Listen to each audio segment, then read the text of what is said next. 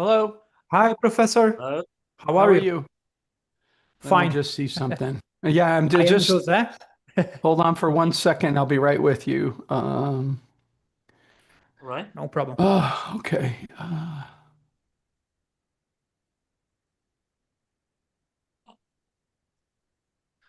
Embaixador. Professor Boettke, uh, Hello. I'd just like Hi, to warn Professor. you that we are already live on YouTube. Oh, okay. All right. Go ahead and start talking. Okay, guys. Okay, Starting. uh, Jose, Start. we can Ah, start now. Yep. Yep. okay. Okay. 1 second, guys. First I speak. Hi, Professor Paulo. Thank How you are so you? much. Thank you for Hello. wanting to interview me. Thank you very much. Okay, guys. Espera aí. 1 minute. Okay. Okay. Okay. Hi, guys. I am Jose Mayub and welcome my channel, Jose Mayub Path Chips channel. Please like the video, leave the comment, and share it with your friends. It was a great honor to host one of the world leading experts on Hayek and a professor dedicated to promoting great economics education. In other words, Professor Piri Bede. Yeah, your turn. Hello, I'm Guilherme. I'll be the co-host during this interview.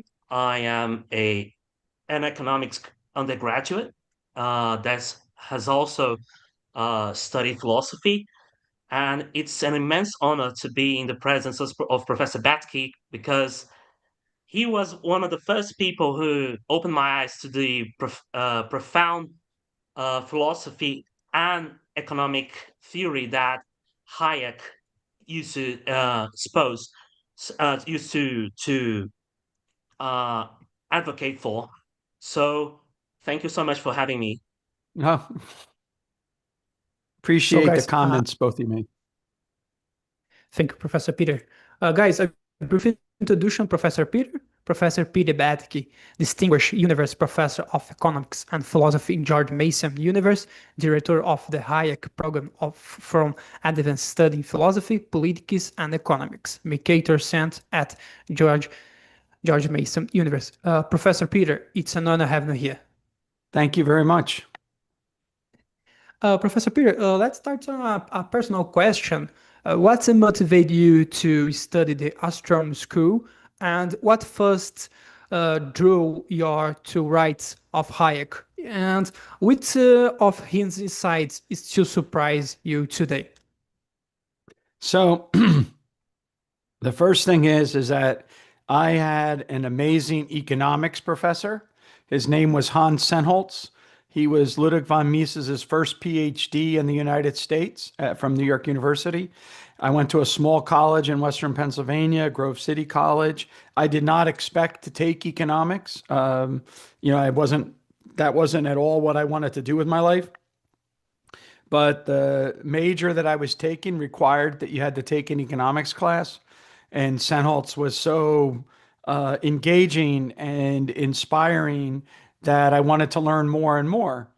And so first it was his lectures, and then the readings for his class, which were Henry Hazlitt's Economics in One Lesson and a book by Bettina Bien Graves at the time, which the Foundation for Economic Education had produced, called Free Market Economics, a primer. And it had pieces in it like Leonard Read's I Pencil and a collection of Freeman articles and things. And that just through serendipity, that fall and into the winter was when Milton Friedman's Free to Choose was on PBS. And then also the book came out. And as a result of that, I read Milton Friedman's Free to Choose very early in my education as well. And so that really, really excited me about what economics could say about the world out the window that I was experiencing in the late 1970s. And, from there, I just started reading. I read a lot of the older Austrians, Karl Menger. We spent a lot of time with Bombavrik because Senholz is who translated Bombavrick for the Libertarian Press 3-volume edition. So we used a lot of that in addition to all of Senholz's writings. And then eventually I was reading Mises more, both his popular essays and then his more academic work. As an undergraduate, it's interesting you asked me this question about Hayek, but as an undergraduate, I really had only read The Road to Serfdom and had not really read his other works. And compared to Mises or Murray Rothbard, for that matter, Hayek was much more favorable towards government action. And so I didn't really like Hayek when I first read him. But when I went to graduate school, again, through just a series of accidents, I was in graduate school in my office 5 days a week from before 6 a.m. and 4 of those days leaving after 10 p.m. And I just happened to pick up, I can only study micro, macro, and math econ, or micro, macro, and econometrics only so much. And they had on the bookshelf the 3 volumes of Law, Legislation, and Liberty. And I read those. That's actually after Hayek's Road to Serfdom. That's what I read next. And I was just blown away by this. And then after that, I started reading all of Hayek's technical economics and everything like that. So what still surprises me today is, first of all, the fertileness of his mind. So you got to keep in mind, this is an individual who first published papers in professional scientific journals in the 1920s. And his last writings are done in 1990, right? He dies in 1992. So his last writings are a long way there. So, and he contributed to economics, political science, philosophy, history, psychology, right? And just like an amazing fertile mind. And what we can learn from what he still has to teach us is what fascinates me. And so I just wrote a paper on the AI debates that are going on in the world today. And I relied a lot on going back to Hayek's psychology work and philosophy of mind, work that he did in the Sensory Order and other things to sort of talk about those kind of issues. What is mind, basically, kind of questions. And the fact that, he wrote that originally before he even went into economics, then he revised it later on. So we're talking about, I'm reading the works of a 21-year-old that are smarter than anything I'll ever write in my entire life. And he just is very impressive at a technical level, at a methodological level. And I think his persistence and perseverance in the wake of opposition is actually a very important role model for those of us who want to work in the world of ideas and confront a lot of resistance to the particular ideas that we have. Brilliant answer, Professor. Professor Boettke, what is the importance of reading classical thinkers like Hume and Smith today? Of course, it's not only from a moral perspective, but how does Hume, for example, help us understand the role of institutions and the importance of commercial relationships in society? Yeah, it's a great question. Let me start by just pointing your listeners to a series of podcasts by Michael Munger, a professor at Duke. It's on both Adam Smith Works, which is at Liberty Fund, and also at Mike's own podcast, which is called The Answer is Transaction Costs. So you look up Munger and put in the title, The Answer is Transaction Costs. He did 10 lectures on the wealth of nations, leading us from the beginning all the way to the end of the book to celebrate the 250th anniversary of the publication of The Wealth of Nations, which was earlier this month. So in the very first episode, he talks about the breadth of the Scottish Enlightenment. And this is where Hume and everyone comes in. And so what Mike shows is how the thinkers in the Scottish Enlightenment, namely Smith and Hume, were so foundational for modern social science. The work that they did was so foundational.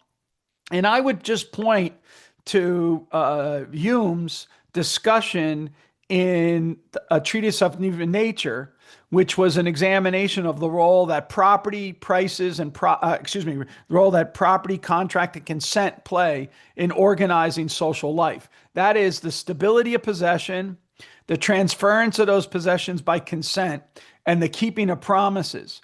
And if you want to understand how important those are, just try to think of the exercise, do the intellectual exercise of thinking of a world in which there is no stability of possession, there is no transference by consent, and no one keeps their promises. What would the world look like compared to a world that looks the other way? So you get the Hobbesian jungle rather than a world of peaceful social cooperation. You get a world of raiding as opposed to the world of positive sum trading kind of idea. And so Smith and Hume are foundational for our understanding of what are the institutional prerequisites for a thriving commercial society. The other part is that both of them contributed to what can be known as the do commerce thesis, as opposed to so one of the things about markets is that they tend to make sure that we discover least cost technologies.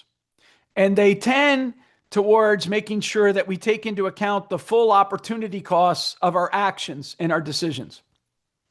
That leads a lot of economists to stress efficiency, the ruthless efficiency of the market. Pushes us down to get to the lowest cost and give us the highest quality products that it can. That's how you succeed in the market. But what they talked about was how commerce softens the edges in humanity, right? And so this is more like the Voltaire claim. The Jew, the Gentile, and the Muslim, might hate each other outside of the market, but when they go to transact in the market, all they care about is whether or not they honor contracts with each other. And it's this aspect. And so what Hume talks about is how commerce is at the foundation of the flourishing of the arts, of sciences, of all of these things like that part. So a commercial society is a friendlier society. It's one that steers us towards the better angels of ourselves rather than the downside of us. Yeah. A lot to learn from them still to this day, 300 years later, right? Great. Yeah. Great answer. Smith, it's my favorite economics. Gee, your turn. Um, I about your point earlier, it's very interesting when you look at history that most of the what we call the most brutal societies that ever inhabited the planet were very anti-commercial. They always sought to solve problems through barbarism or force, Yeah. like for example, the Mongols in the Middle Ages. So your point is very poignant in that sense. And um, moving on to the next question. Can I just intervene just for 1 second Course. here? So this book is out right now. It's called The Global History of Capitalism by Sven Beckert, and it be read by everyone that has our sensibilities, but not because it agrees with us, because it disagrees with us, and we can see where it pushes the argument. But his argument is that capitalism is founded on theft and violence, and I think he gets it completely wrong. His example of the foundational argument of capitalism is going to be slavery and imperialism and colonialism and these things like that. But those were not the market, right? Those are the government. That's the mercantilist system. Ooh. Adam Smith, in a letter describing the wealth of nations to a friend, says that his book is an aggressive assault on all of British commercial life. And people like read that now and they're like, oh, look, Smith was a critic of capitalism. No, his direction is against mercantilism and the East India Company, which is a monopoly. And so it's governed. So the fact that money changes hands doesn't make for a commercial society. A commercial society is grounded in what Hume's institutions are: stability of possession, freedom of contract, and the keeping of promises. When you move away from that, you're moving to a state sponsored system. And throughout most of history, it was a state sponsored system that is running things. And it's the state continuing even this day that ends up by corrupting the market society. And so we need to find ways to put institutional guardrails so that the state doesn't corrupt. I have another paper out right now on crony capitalism as well that was in the Journal of Economic Behavior and Organization, written with a colleague, Andre Quintus, that I recommend all of your listeners to look at. But this issue of crony capitalism is exactly that. It's not capitalism; it's the cronyism. And so when Becker sort of tries to understand the global history of capitalism, what he's really writing about is the global history of state, right? And they don't want to hear that though, because they see the state as the solution. Anyway, I'm sorry for interrupting. No, no, No, no, it's perfect. It's perfect. it was a very strong point that you made. And if you look, for example, parallel, just a little bit earlier, from when Britain became what we know as today as the main capitalistic hub of the world, we had the Dutch Republic that was very commercialist and very friendly to markets, and was a bastion of stability and peace in Europe Yeah. before England came around, and Britain became like the major global powerhouse.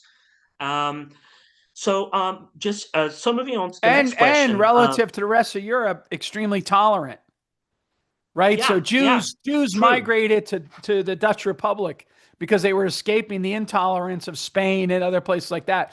It's not a perfect society, right? We have to understand Of course. but relative to what their alternatives are, they were more tolerant. And so there's great books on the Dutch Republic. One of them's by Jonathan Israel, but another one is by Simon Schama, which is The Embarrassment of Riches. And of course, Deirdre McCloskey's work stresses a large part of what was going on in that.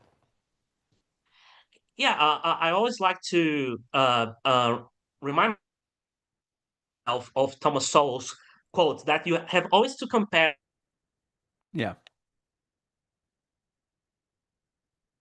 something. For example, you said that we need to compare, and it's very important that no, as you said, no society is perfect, but you have to compare to the other options that we had Yeah. at that time.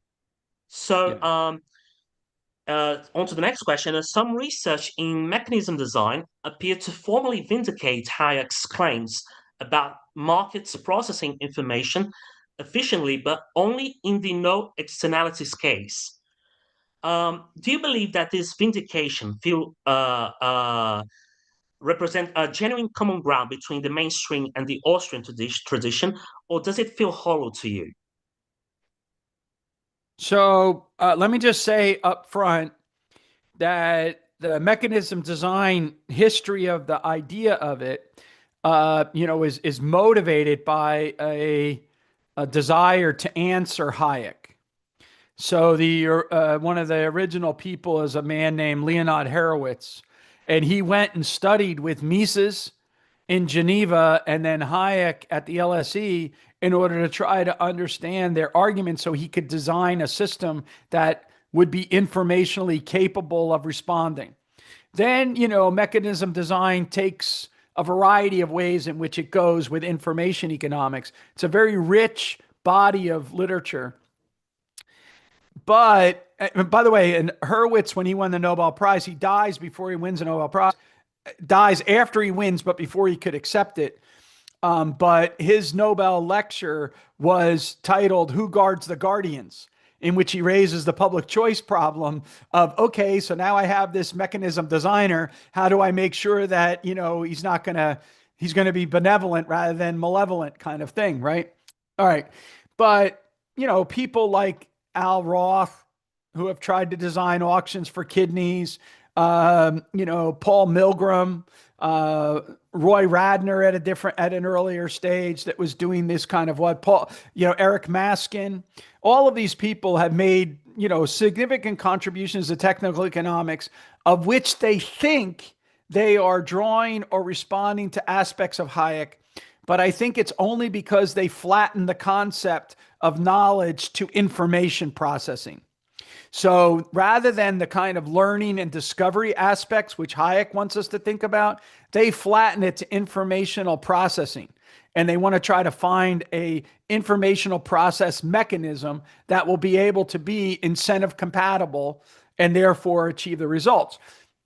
Not a stupid thing to do, but it's not what Hayek was asking us to think about. It's not Hayek's problem. It's a kind of a standard economic problem of organization. How do I design, right, an auction or a system or a firm to be able to make sure that I can meter and monitor, the inputs and the outputs so that I can have a viable enterprise? And so we learn a lot by reading mechanism design, but we don't learn a lot about what Hayek wanted us to learn about the nature of markets, which is more about discovery, utilization, dissemination, revision, and adaptation and adjustment. So to Hayek, the whole thing about markets are the adaptation and adjustment aspects of markets, not their static efficiency. These are systems which, again, get us to try to focus on the static efficiency of the system, given knowledge or given information is what they would call it. How do I best organize it? Rather than how do I actually go out there and discover what is previously not known, right? And so like I said, I think that there's a lot to learn and we should study these works. The Milgram and Roberts MBA book, which was published in the 1990s, is probably one of the best books you could study, price theory and for MBA level thinkers, management thinkers and whatnot. But is it, what Hayek claims? No, I don't think so. We had Eric Maskin here when Hayek, we were celebrating the 40th anniversary of Hayek's Nobel Prize. And I had 3 Nobel Prize winners come and talk about it. Ned Phelps, Vernon Smith, and Eric Maskin. Okay.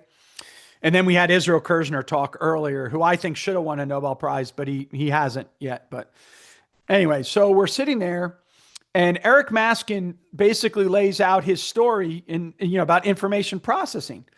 And he called it the information space. It's a technical term in modeling. All right. When Vernon got up, right, because Vernon did these market experiments in which the participants were price makers, not price takers. And they discover within the context of the experiment what the market clearing price is. Okay. And Vernon points to Maskin's paper and discussion. And he says, Eric, he goes, on his thing, he goes, here's my information space. And the students don't know a damn thing. Right? Because the informational threshold for Maskin's model to work is that the agents in the economy pass this informational, they have to pass the informational threshold before they can transact. In Vernon's model, the information is being processed as they learn to act. And so again, I don't have, it's not like I have this knowledge a priori to the market. It only comes about because I'm engaged in the market. And if I don't engage in the market, it doesn't exist. And so that's a different story than what Maskin and Roberts and Milgram and all the rest of them are doing, let alone Hurwitz in the old days. Yeah. But let me end on a good point on this. Like, Yanis Kornai, focusing on the incentive compatibility of various different organizational forms is actually a valuable thing for all people that want to learn economics to do. What is the incentive compatibilities? Because one of the things that incentive compatibilities force us to do is not allow us to assume magical creatures. Right? So, one of the problems with a lot of people when they talk about desired public policy, are actually going to be talking about things like this policy can be achieved. And the reason is that the individuals in the economy are magical beings. They're omniscient and they're benevolent, and they don't suffer from opportunism, strategic opportunism, and they don't suffer from, information asymmetries. That's your no externalities case, right? What the Austrians are trying to show is in the wake of externalities, the reason why markets work is precisely because of the frictions that these models identify. The way Kirzner would put this is it's only because of the friction between the sole of my feet and the ground that I'm able to walk. If I took away the frictions, I would fall on my butt, right? Because I couldn't have I couldn't walk. And this is what we really need to focus on is how do markets adapt and adjust, and constantly so that we deal constantly with the frictions rather than the idea of doing a Jedi mind trick and saying there are no frictions. Yeah. If I understood correctly, the Vernon Smith's argument about the what he found out while doing experiments in the lab is that what we usually know as equilibrium, where price is clear, market's clear, sorry, it happens under much more, I'm trying to find the word, um, much more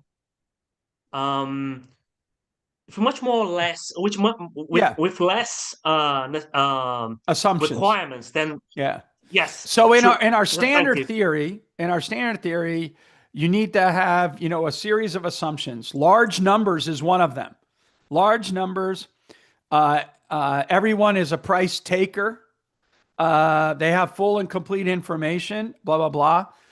And in Vernon's experiments, a double oral auction, which is what he calls testing the Hayek hypothesis, is he puts students into an environment in which they are the ones who offer the bids and asks, right? So they're the ones engaged in the trading behavior. And there are small numbers. They don't have perfect knowledge, but yet nevertheless, they end up by winning the day in terms of getting to the equilibrium price quantity vector that would clear the market. And they do that usually within 3 rounds. It usually takes them about 3 rounds of adjustment and adaptation and learning. Very interesting. I have a And paper. I have a paper in Plus One, which is one of the science journals, and it's on testing the Hayek hypothesis. And at the end of Vernon's paper on that, he ends it by saying, "Okay, so we've simulated Hayek in the lab, but what if we put him in the field? So we do field experiments. Can we test Hayek in the field? And does the Hayek hypothesis hold?" And I have a paper with Brian Albrock and another one of my colleagues, Omar. And what we do is we survey all the data that we have on field experiments to argue that Hayek does indeed hold up in the field as well as in the lab. and while you were talking about who guards the guardians, I was reminded of James Buchanan's work on constitutional political economy, because that's what I believe he's trying to answer with that, right? And on that on that note, while we're talking about public choice, you have there is this public choice architecture argument that we need to model the regulator's choice environment with the same rigor as the regulated persons, which seems obvious once stated. Why do you think behavioral economists have been so slow to apply it symmetrically? Yeah, that's a great question. Thank you for asking that. There is a Swedish economist, Nicholas Briggen, who has written a paper on time for a behavioral public choice, which tries to make this argument. Take those systematic biases that you identify in commercial society, now apply it in political society, right? And you do that. And to some extent, my Uh, colleague, Sorry, could you repeat his name just so I can write it? yeah, so you have to look this up because I might be mispronouncing it, but it's Nicholas, and Okay. I believe it's Bragan. is how you would say it, Reagan. but I might be wrong Okay. on that. No, thank But you. also Sorry, sorry, my sorry for interrupting. yeah, it's called Time for a Behavioral Public Choice. But there's also my colleague Brian Kaplan has a book called The Myth of the Rational Voter, which is also a behavioral sort of model of public choice kind of idea. So there should be symmetry. That's the key thing in Buchanan's approach, which is that you have to have symmetry between the public sector and the private sector. So you can't assume imperfections in the in the private sector and then assume perfection in the public sector. That's an unfair comparison. What you have to do is have imperfect markets and imperfect government. And now what you do is weigh the costs and benefits of those activities. And so, I often quote this passage from Abraham Lincoln. It's in a essay of his called Fragments of Government. It was published in 1854. And what he says is government should do those things and only those things that private citizens cannot do for themselves or cannot do well, and government can do well. On all three of those questions, it's an empirical question for us. All right. So there are things that you just can't do. There are things that you can do, but you can't do them well. Right. And then it could be the case that government might not be able to do things well. And so it's only in the case when private citizens cannot do it or cannot do it well and government can do it well that we should default to government. Otherwise, we rely on private citizens to muddle their way through. And so, in many ways, this is the kind of public choice research program. Because if you go all the way back to Adam Smith, in the fifth book of Wealth of Nations, after he goes through the various different types of government, he shows that if we can show that a private market can supply the good, or civil society can supply the good, then, as he puts it, we can discharge the sovereign of that responsibility. Discharge the sovereign of that responsibility. So that's why this research program is really valuable for us to constantly be pushing through and thinking about what are the relative strengths and weaknesses of the different organizational forms. Brilliant answer, Professor. Brilliant answer. Thank you. Guy.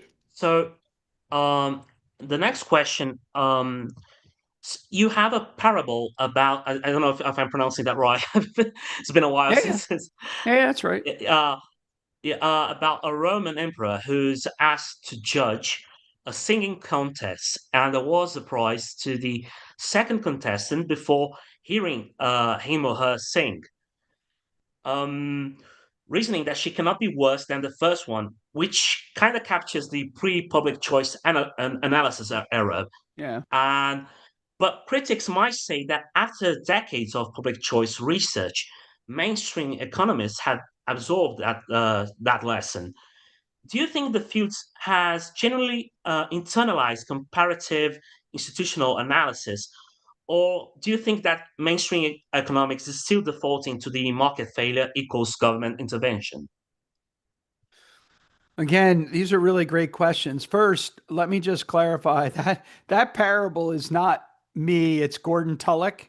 Some people will say it's George Stigler, but it's really Gordon Tullock. I'm going to stick with Tullock. He was my teacher, and that's where I heard it from. And I don't think, same thing with the dagger in the steering wheel and other things. Those are Tullock. And you summarize it very well. All right, you can't just give the award to the second under the assumption that the second certainly can't be worse than the first, because it may indeed be the case that the second is worse than the first. Now, you ask the question, has that now become standard in economics? I think that many economists, including someone like Paul Krugman, will pay lip service to it. Okay? But here's my counter challenge. Go to a standard principles of economics textbook and look up in the index public choice. There's two things that are missing in standard economic textbooks of education to students. One of them is public choice. The other one is entrepreneurship. You can't find much discussion of either one of those in a standard textbook. So the standard way in which people teach economics is they teach you that we live in a world of scarcity. Individuals make trade-offs. They call that the economic way of thinking. So you're introduced to opportunity cost. You're then introduced to mutually beneficial exchange. Mutually beneficial exchange then introduces you to the model of perfect competition. So you get the model of perfect competition. If you have some professors, what they might do is they then push you to think about production possibility frontiers and, getting, out on the frontier, the production possibility front. So you're in an ideal state. So it's the undergraduate version of what's called the first and second welfare theorems of economics. That gets you to about week 4. Remember that you're in a 15-week semester. And then it's one exception after another, right? So, in the older days, it used to be, okay, I'm going to introduce externalities. I'm going to introduce public goods. I'm going to introduce monopoly, right? In today's world, we also go a step deeper, which is we introduce irrationality, systematic biases, right? Individuals are not rational. So therefore, they don't know what's the best strategy for them to do because they're biased, right? Then that means that they're going to and everything is about the deadweight losses that are created by the inability of the market to mobilize the incentives and knowledge of the actors in it to realize all the gains from trade. That's the identified deadweight loss. So then what do? We say, oh, government is a corrective because that's the only way we can fix it. And they don't talk about the fact that they'll have a footnote. Government may fail indeed, right? But the essence of the discussion is government as a corrective. And it's assumed that the government as a corrective, that the agents of the government, the policymakers, the economists that are sitting on the regulatory board or at the Fed or, wherever, have the knowledge and wherewithal to deliver the right thing to eliminate all that deadweight loss and do that. They don't come to the conclusions markets fail, use the market to fix the failure. All right. They don't even come to the conclusion that, markets fail, government fails. We have to study the comparative institutions. They're still stuck in the world of, oh, you believe in perfect markets, perfect government, use the market. We introduce imperfect markets, perfect government with a footnote. Government isn't always perfect, right? But they don't get to that third or fourth stage of the debate, and mainly the fourth stage of the debate, which is that markets fail. We can't trust the government, so we have to use the market to fix the failure. And so that's today's inefficiency is tomorrow's profit opportunity for the entrepreneur who recognizes and acts on it. And that's what generates the dynamism of the market, not government solutions that solve a problem within a strict domain. It's actually the ability to innovate and push in different directions and in new avenues. So I get that people will say they've learned it. I've given a Nobel Prize to Buchanan. I gave a Nobel Prize to Coase. We gave one to North, right? So they'll all say, oh yeah, we are, let alone we gave one to Hayek. So we know all of this stuff, right? But yet in 2025, we're still giving a Nobel Prize to Joel Moncure, which is about entrepreneurial innovation. Because why? Because we didn't absorb that idea. And in 2004, we gave it to Asimoglu Robinson about, why is it that nations fail? And it's because, we don't constrain, right, the extractive institutions of the government, right? And so this is our very, very live research program for us to wrestle with. And it's precisely because we haven't absorbed all the lessons yet. Thank you, Professor. I just want to check with you if how are we feel with time? Do I you can talk. I can talk for about another 20 minutes. I'll try to. Okay. I'll try So to give. I'll try to give shorter answers. okay. Well, I'll try to move along as quickly as possible too. So next question. Um. Okay. Just a second. You you have um you have a great body of work, and that I admire a lot about comparative institutional analysis. I particularly love your work dealing with the post-Soviet economies. And well, institutional stickiness demonstrates that the divergence between formal and informal institutions, which has enormous implications for development economics. Which applied failures do you think most vividly illustrate what happens when this is ignored, like Iraq and the post-Soviet privatization? Yeah. So thank you very much. I have several book projects that I want to complete before my career ends, and one of them is a book called "All That's Solid Melts into Air," which is a phrase from Marx, and it's about what we've learned from post-communism. And so, I appreciate that you pointed to my work in that because I spent my first 10 years of my career exclusively working on that issue, really. And I've stayed in touch with it and write papers periodically about it. This concept that you're talking about institutional stickiness, that idea, the kernel of that idea, first came to me in reading Mises's discussion of how a general accepted medium of exchange comes into being. So it's what he calls the regression theorem. And Hayek likes to say that the core institutions that are of human action but not of human design in society are law, language, mores, all right, and also money. So I was thinking, okay, so the compositive method explains how we get money. Well, maybe it's also how we explain to get law and mores, right? And if you're in the post-Soviet period, what you're trying to do is change the laws and the mores, right? And so therefore the regression theorem should apply to that. And so it's the same kind of metal, and we just called it stickiness, which is basically that rules are only rules if the underlying cultural norms map up with the rules. Otherwise, the enforcement costs of trying to impose the rules are too high because they don't stick with the people. They don't resonate with the people. And so you'll end up and so a classic example of this in development economics is a book called Priests and Programmers. And it's by Stephen Lansing. It was published by Princeton University Press decades ago. And what he talks about is the green revolution in generating agricultural yields. So the most advanced scientific knowledge that we have to advance crop yields, all right? And what happens is the international agencies go to Bali, and they don't pay attention to the Balinese rituals and rules about the use of scarce water.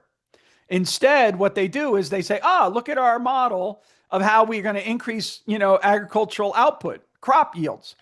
And so they come in, and the first year, of course, what happens is they get a bumper crop.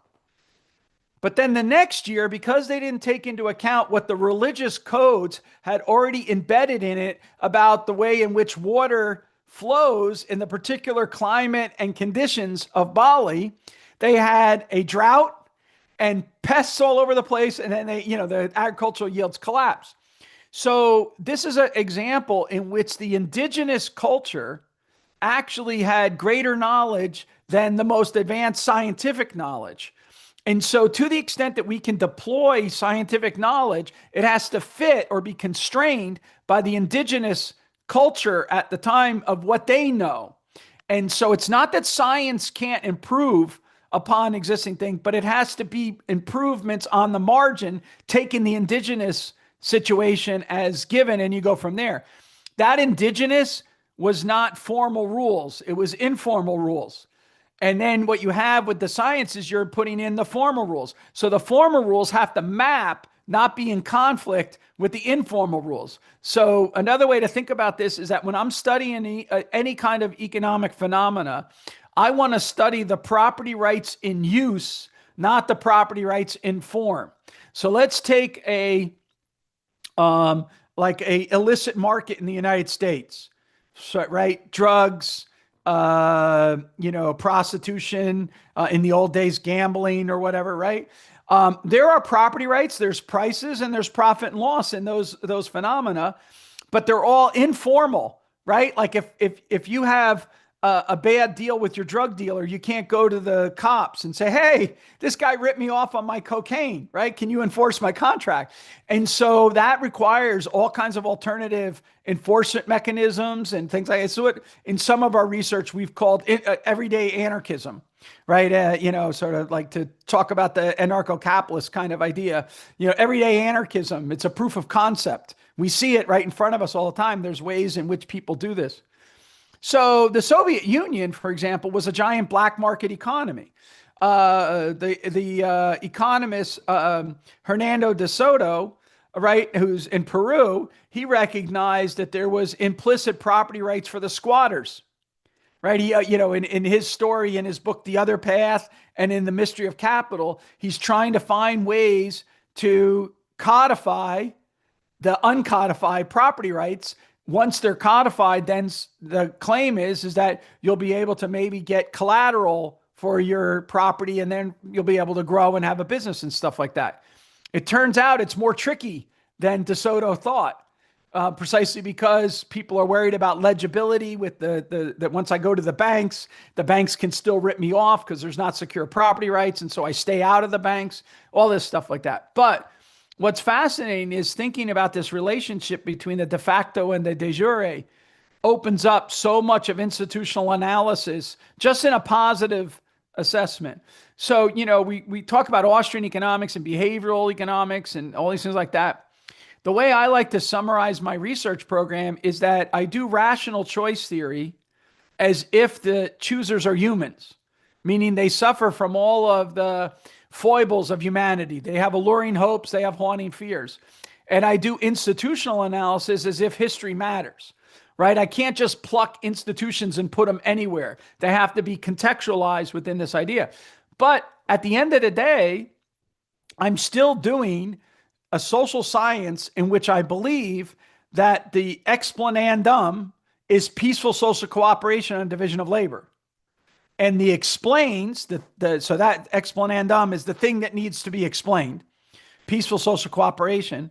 The explains is rational choice institutionalism. That's the thing to do the explaining with.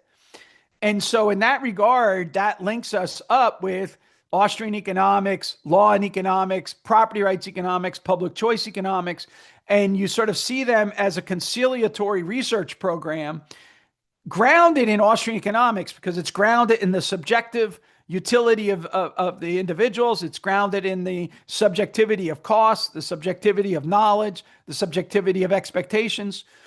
And so that's the point about the human choosers being human, right? And we have to adopt the methods that are associated with human choosers. But nevertheless, we have the argumentative structure of the kind of economic way of thinking to help us reason our way through this. Yeah. You just reminded me about Vernon Smith's most recent book that's called Humanomics. Do you Yes. believe there is your research program is correlated with his? Well, what he calls ecological rationality, the person that he gets that from is a thinker called Gerd Gigerenzer, and Gigerenzer's book is called Rationality for Mortals. Right? Rationality for mortals, not rationality for machines. Right? It's rationality for mortals, and I think that matters. And yeah, that's or I know, like a lot of people ask me about the Ostroms. Eleanor Ostrom's presidential address to the American Political Science Association, you have to unpack her title. It's titled A Behavioral Approach to the Rational Choice Theory of Collective Action. That's a mouthful, but it's so meaningful when you unpack it in terms of this rational choice as if by humans, institutional analysis as if history matters kind of thing. So, just to finish our this fantastic interview, we'll be moving on to questions from the audience. Uh, Jose, would you like to read some or? Oh, Gabriel has question. Okay. Oh, all right. So, just 1 second. Gabrielle Ferraz asks that um, in your article on the feasibility of techno-socialism, you argue that the advances in AI and computing do not solve the economic calculation problem because they confuse computation of data with discovery of contextual knowledge. My question is, uh, what would the Austrian school say to an AI enthusiast who claims that machine learning can overcome this limitation, either by processing real time data or by identifying patterns that humans cannot see? Does the Austrian objection remain the same as it was in 1920, or is there something new in the age of big data that calls for an updated response? All right. So first, it's Gabrielle who's asking the question. Yeah. Gabrielle, it's a fantastic question. I obviously do not have, in this real time, the ability to go through the whole thing, but I'll give you my sketch of a response, which is in addition to my paper, or any of the op-eds that I've published recently, which if you write to me, I'll share with you. But I'm writing another paper at the moment. And I think this is the real answer to your question about how to respond. But it's very difficult in this kind of forum because it requires us to ask questions about what is mind. And it forces us into philosophy of the mind and whatnot. And so my paper is on the mind, machines, and markets. Okay, this is a paper I'm working on at the moment, and it draws a lot on Hayek's work from the sensory order, but it puts it in conversation with a debate over machines and mind that starts in 1949 with Alan Turing and Michael Polanyi. And for those interested in Austrian economics, Michael Polanyi, of course, is connected in the source of Hayek's focus on tacit knowledge and the tacit domain.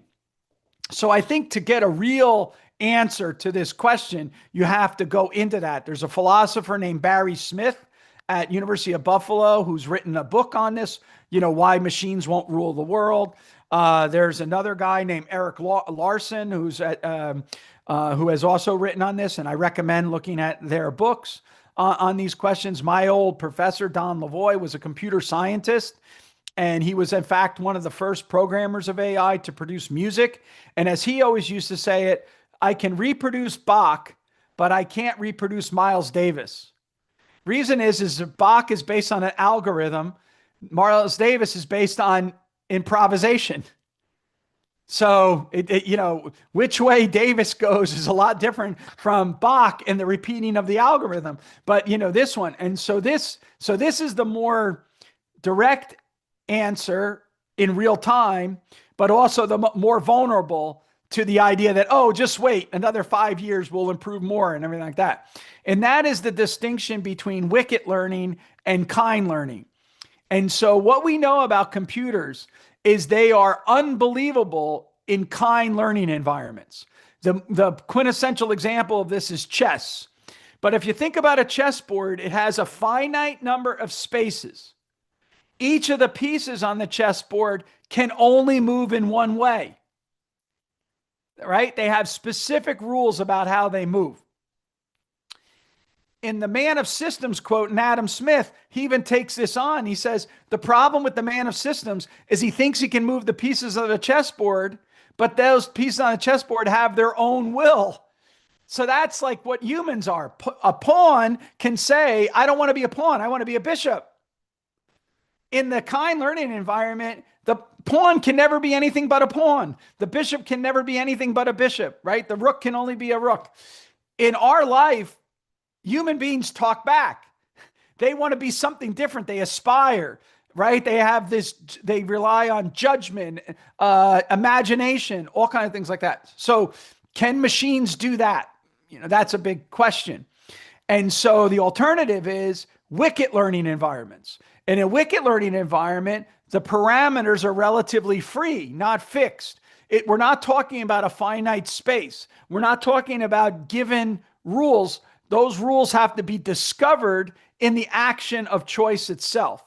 So it'd be more equivalent to, not perfectly equivalent to it, but more equivalent to, in the game of football, Ronaldo, reacting on the spot and discovering a different way to do things, which is different from robots playing soccer or robots playing basketball or robots playing tennis. Now, the enthusiast will come back and say, but give us 50 years or whatever, or give us 100 years and look what we'll be able to do, whatever. This is why the philosophy of mind stuff matters so much, because that deals with issues like Gödel's theorem and sort of fundamental intractabilities, right? But that's hard to talk about in a 2-second thing, and it's just not. So I'll stick with the learning in kind environments and learning in wicked environments, and just ask the audience, what is commercial life more like? Is it more like a discovery into the unknown? What is science like? Is it more like a discovery into the unknown? Or is it more like just a fixed combinatorial within a finite set? And I think we'll lean towards the idea that it's this voyage into the unknown. It's this enterprise. It's that the more we know, the more we know we don't know. All right. And that the science is a tribute to the fact that we can know something despite the fact that we're fallible. Right. And it's precisely because of our personal commitments and our judgments and stuff that makes science possible. And so to me, I think that, the scientist is like an entrepreneur, right? And that both an entrepreneur and a scientist can't be mimicked by machines. That much said, let me just make this point. I am a wildly AI optimist. And I'm a wild AI optimist precisely because I'm an AGI skeptic. That is, that what AI will be is not a substitute for humans, but it will be a tool to help improve our productivity by augmenting, by working with humans to increase our productive capacity, intellectually as well as physically, actually, right? I mean, you can put a robot on as an exoskeleton, you can lift and so we're going to be able to achieve greater and greater things. And let me just end with this, because I think this is one of the big problems that people have about the future. So I went to a talk the other day by Matt Ridley. It's a brilliant talk. And what Ridley did was he compared and contrasted the developments over the last century and a half in communications and in transportation. And so he's looking at his grandparents. His grandparents were born, and the horse and buggy was the main mode of transportation. When they died, we had already put a man on the moon. So he says, oh my God, what amazing innovations in transportation. But what he also pointed out is not so much innovations in communications. We had you had like a telegraph that then became a telephone, and basically that's how you communicate with each other. But in his lifetime, there's no flying cars. We're not running around with jetpacks getting from room to room, right? Right. And, we're not beam me up, Scotty, kind of thing, right? That's a Star Trek thing where we can transport ourselves. Right. We pretty much are traveling the same way on an airplane, for several hours to get across the Atlantic Ocean or whatever. But what we have had is this explosion in communications. We communicate totally different with one another than we did 50 years ago. So what does he do? He shows a cartoon from a futuristic magazine in 1958. It's trying to show you what in 2000 communication will look like. Okay? What it has is a mailman delivering a letter to a house, but with a jetpack on. Right? But it's still delivering you a first-class mail. Right? It's not a fax. It's not an email. It's not a text message, right? It's a mailman dressed in a mailman suit with a jetpack, and he's delivering the housewife a letter mail, like, old letter, mail. I think this is what the problem is with everyone when they think about the future. The jobs that existed in 1950, there's how many of them don't exist in 2000? The telephone operator, the elevator operator, they're all gone, right? But the other question is what jobs in 2025 were simply unimaginable in 1960?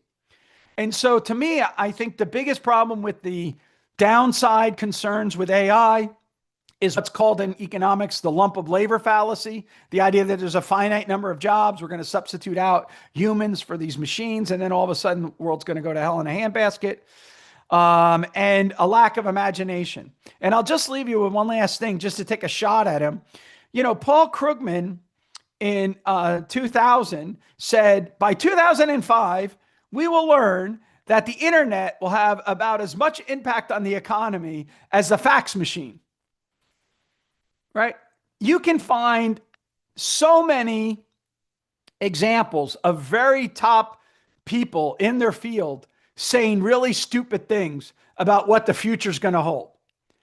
And the reason why is because the learning that's set in motion by the market just simply produces things we have no idea will ever be produced. And that's one of the beauties of it. That's one of the beautiful things about it. And so I think AI misses that. And so that's what I would say to the AI enthusiast. Be an enthusiast, but understand the power of human judgment and human interaction in learning how better to satisfy the multitude of consumer desires and wants. Yeah. Professor Peter, it's amazing, brilliant answers. Thank you so much. Accept my invite. I would like to thanks for you and Petra, Guilherme, and Professor Paulo Roberto de Almeida. Thank you so All much, right. guys. Well, thank you very much. And I appreciate you guys having me on. And I hope that my remarks at least, stimulate continued study. That's the main thing. Just keep studying, fall in love with ideas and keep going. All right. Thank you very It was much. a pleasure. Thank you so much, Thank you, Professor. Mr. It was Thank an you. honor. Professor. Thank Thank you. you. Bye. Bye-bye. Bye, guys. Bye. Muito bem. Estava E aí, muito professor, bom, gostou? né? Muito bom, Gostei né? muito e estava vendo o currículo dele, dezenas de páginas de publicações próprias, editadas, compilações, história, teoria. É inacreditável a carreira desse professor. Eu conheço um pouco, eu estava justamente consultando há pouco esse livro The Chicago School, de um belga chamado Johan van Overveld, e ele trata da escola de Chicago. E o fato é que o Hayek, que teve durante muito tempo na London School, né, que é o templo do fabianismo inglês, do socialismo fabiano, digamos, ele foi recusado por Chicago na parte de economics, teve que ir para social science durante muito tempo, onde ele produziu seus grandes livros, aliás, né? Mas ele foi recusado e o professor Peter Boettke, no início, falou de seu estudo em econometrics, e eu leio aqui nesse livro, na parte do Chicago, do Hayek em Chicago, o seguinte, onde é que está? Está aqui. What led economists at the University of Chicago to refuse Hayek? A question. According to Milton Friedman foi para Chicago mais tarde, porque a tese dele foi um pouco recusada, só foi publicada, né? Foi apresentada em 46, foi publicada em 49, só depois é que ele entrou em Chicago, né? E according to Friedman, provavelmente escrevendo depois, the economists at the Department of in Chicago didn't agree with Hayek's economics. Isso está no livro de Ebenstein, 2001, etc. O Hayek indicated that the opposition was strongest among the econometricians. Ebenstein ainda. Two sources confirmed that the close link between Hayek and Simons, não sei se é o Paul Simons, é um outro Simons. Eu acho que eu tenho o nome dele, um minuto. Tudo bem. Deixa eu ver. Eu pego aqui É no Henry index. Simons. Henry Simons, é bom. Two sources confirmed that the close link Henry between Simons. Hayek and Simons made several leading economists in the Department of Economics very suspicious of Hayek. And the same source point out that Douglas é Paul Douglas, um outro opositor do Hayek lá nos Estados Unidos, Douglas took a negative attitude towards Hayek. E, de fato, ele foi recusado em Economics e foi para Social Science, ficou lá uns 10 anos, acredito, antes de voltar para Londres, né?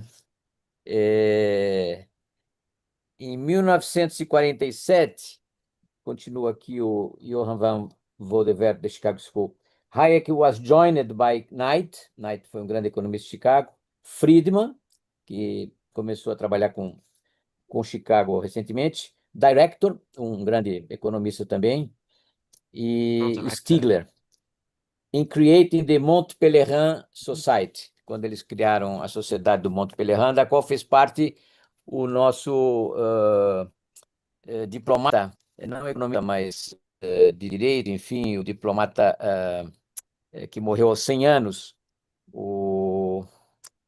Meu Deus, escreveu muitos livros, eu tenho vários livros dele aqui. O... E Ai, meu Deus, foi embaixador na Polônia e em Israel também. Meu Deus, o grande liberal econômico teve lá na Sociedade do Monte Pelerin, desde o início, aliás, eu acho. Eu comecei a minha carreira acadêmica um pouco como o Thomas Sowell, né, que estava em Chicago, mas era um marxista. Aliás, Chicago teve alguns marxistas, entre eles aquele sueco da teoria Flasery, né, the Lasery Class. E depois eu fui para o liberalismo, etc., e li alguma coisa, mas eu acho que o Hayek era excessivamente liberal, ou um liberal puro, para ser aceito por economistas, digamos, práticos, tratando com dados, econometria, números. Ele era um filósofo social, na verdade, não é? Mas o professor Peter Boettke é uma sumidade, realmente. Eu vi pelas obras que ele publicou, pelos trabalhos sobre o socialismo, né? Eu trabalhei muito sobre o socialismo, porque eu era meio marxista lá no início, e realmente é, ele é uma sumidade. Eu anotei aqui um livro dele, The Road to Socialism and Back. É um livro que eu vou procurar para ler. Tem um livro do biógrafo do Keynes, o grande biógrafo do Keynes, tem 3 volumes, né, que nasceu na China, aliás, os pais dele estavam trabalhando na Manchúria, no início do século XX. Como é que chama o grande biógrafo do Keynes? Ele tem um livro de The Road from Serfdom, que é, enfim, uma paráfrase ao livro famoso do Hayek, mas é a saída do socialismo, né, nos anos 90 e todo aquele processo. Eu, durante muito tempo, dei aulas no Uniceub aqui em Brasília, aulas de economia política, economia internacional, com base nesse livro, The Road from Serfdom, e outros trabalhos também de vários economistas que trabalharam sobre o desmantelamento do socialismo. Eu vi que o próprio Peter Buck tem livros sobre a falência da Glasnost, né, da abertura econômica do Gorbachev. Realmente vocês fizeram um grande convite e pena que a gente teve um tempo limitado para não, é você. explorar todo o conhecimento dele, não é? Talvez se possa pensar daqui a Ele é alguns muito meses ocupado, fazer um ele pediu novo. Ele é muito ocupado. Deve Continuação. ser, né, pela produtividade que eu vejo, né? Podia selecionar um tema que interessa ao Brasil, né? Para falar com ele. Aliás, eu não sei se eu lhe mandei, José com certeza. Mayubi, acho que eu lhe mandei o livro que eu fiz, que é o clássico revisitado do Milton Friedman, né? Mandou, a gente É, até falou na nossa entrevista, a gente falou um pouquinho sobre ele. Não é muito, mas falamos um verdade, pouquinho. eu sempre gostei de ler livros antigos e de reescrever com a visão moderna, né? Comecei, como eu disse, com o Manifesto Comunista, nos 150 anos do Manifesto Comunista, em 1998. Depois passei para o Maquiavel, escrevi O Moderno Príncipe, mandei o Tocqueville para o Brasil para ver como é que estava a nossa democracia, a nossa economia. E agora eu fiz esse do Milton Friedman, Capitalism and Freedom nos Estados Unidos e no Brasil. É um tema que eu quero desenvolver ainda, né? Eu acho que o Milton Friedman não daria certo no Brasil se ele fosse convidado por um presidente esclarecido como seu ministro da Fazenda, ele não conseguiria fazer muita coisa, não. Porque o Brasil é um país extremamente difícil para qualquer economista de É, qualquer escola, não é? exatamente. Dizem que Ah, o Friedman, quando o Reagan assumiu a presidência, ele ficou extremamente frustrado de ter sido usado como propaganda, para propaganda do governo do Exatamente. Reagan, e, O e Reagan fez depois exatamente o escreveu um livro contrário do que criticando o ele governo. recomenda. Exatamente, é. O Reagan fez exatamente o contrário do que ele recomendava, né? Ele fez um programa que é um keynesianismo militar, que foi o Guerra nas Estrelas, né? Gastou bilhões de dólares naquele projeto faraônico de interceptadores, que agora o próprio Trump parece que quer retomar, né? Um domo aeroespacial. Mas enfim, olha, muito obrigado pelo convite, gostei muito, me convidem outras vezes para assistir. com Nem sempre eu certeza. tenho Você é tempo. um convidado de honra aqui, professor. Para ter Convidado uma de honra. ideia, hoje à noite eu tenho acho que três online, não sei como é que eu vou fazer, porque é tudo ao mesmo Nossa. tempo. É, É uma dica, ó, vou dar uma dica de ouro. De repente tu comenta com o pessoal do Conselho Acadêmico do Livres de tentar falar com o Boettke para fazer uma sobre o Brasil alguns pois é, livros. seria interessante. Eu Seria passo o e-mail. interessante, Eu vou tentar fazer uma segunda parte com facilita. ele, mas eu É, acho que como tu deu a ideia do Brasil, de repente por Livres faz mais no sentido assim. dia agora eu participei com livros daquele Cadernos de Políticas Públicas. Eles sempre fazem todo ano, né? Um caderno de políticas públicas 6 meses antes das eleições para orientar os candidatos, etc. Então, eu fiz uma parte internacional, mas agora fui pedido para fazer um resumo em 3 páginas, cada uma, sobre temas da OCDE, do Mercosul e do comércio internacional, do Brasil Comércio Internacional. Vou fazer ainda. Eu já fiz, já escrevi várias coisas para eles. Saiu um caderno de políticas públicas recente, mas vai ter agora o caderno mesmo apresentado aqui na Câmara dos Deputados, ou melhor, em São Paulo primeiro. Deixa eu ver aqui meu calendário. Em São Paulo primeiro, no dia 8 de abril, vai ter o lançamento no Palácio Anchieta, o Palácio Anchieta, acho que é da Câmara Municipal, Câmara Municipal de São Paulo, no dia 8 de abril, às 19